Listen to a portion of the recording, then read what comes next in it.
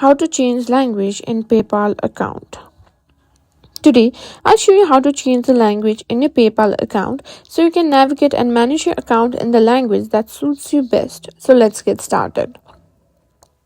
Now, did you know PayPal allows you to choose from a variety of languages? Whether you're more comfortable with using English, Spanish, French, or any other supported language, you can easily switch to the language that works for you.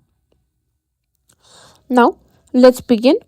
First things first, what you need to do is open your PayPal app and make sure you log into your account. Next, tap the menu icon in the top left corner, then scroll down and select Settings. Under General Settings, find the language option and tap on it. Now, from the list of languages, select your preferred one. Once selected, tap Done to confirm your change.